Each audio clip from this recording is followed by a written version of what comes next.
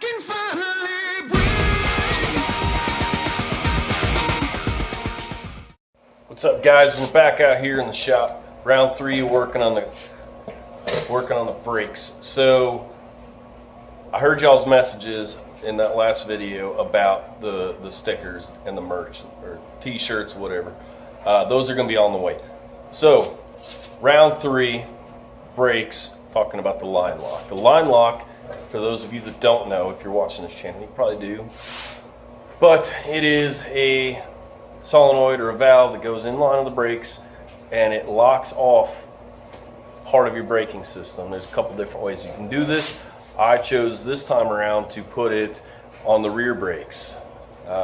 Some guys will put it in the front, some guys will put it on the rear. The important thing is that the NHRA rules say that it has to be after your proportioning valve. So the way that I had it before, I had it on the front brakes, and it was between the master and the proportioning valve. And before we were headed to drag week, going through the rule book, you know, fine-tooth comb stuff, and I saw that, so we took it out, and then I ended up selling that one. Right, so anyways, it's installed with a little bit of a trick. Let me show you.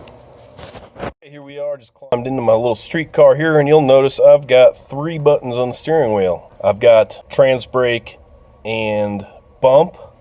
I've also got this little buddy down here.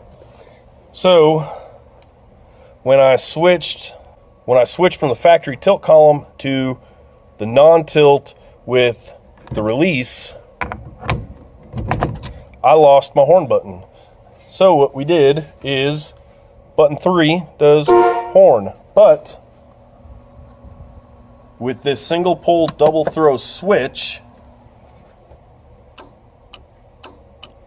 it also does the line lock.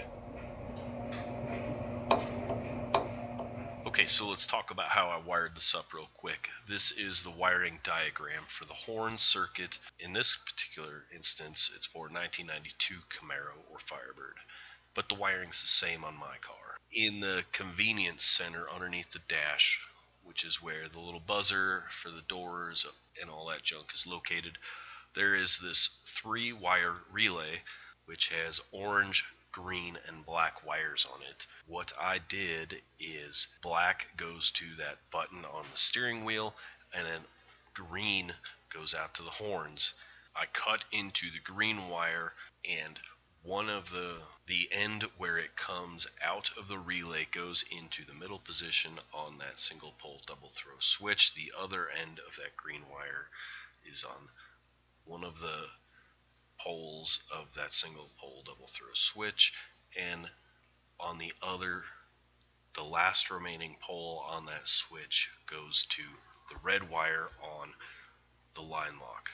This is a single pole double throw rocker switch, which allows you to control 2 circuits from a single power source. Power goes in the middle and outer 2 positions. So the way these work is pretty simple. 2-wire installation.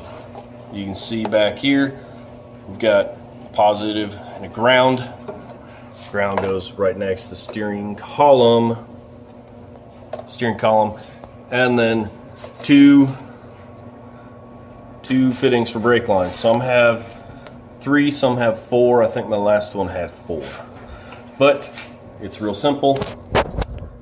Apply power to that wire down there. Solenoid activates. Release power from it. Solenoid deactivates. Brake fluid comes into the top, out the bottom, goes to the rear brakes. So for the rest of the brake lines, we've got front into the front of the master, rear to the rear of the master, little knobby guy. We got down here, front right, front left, rear. Well, to the line lock there. The rest of those are pretty simple. This guy came in the kit for the proportioning valve. The rest of these are all the store-bought pre-terminated ones, because I hate flaring brake lines more than I hate divorce lawyers. So really that's all there is to it. I just felt like this should probably be on its own video versus being in with the master installed. So it's just that easy. And then you can do burnouts gooder than a goddamn. All right, thanks for watching. Like, subscribe, comment, share, all the things. Look out for the stickers and shirts coming up soon. I think y'all might like them.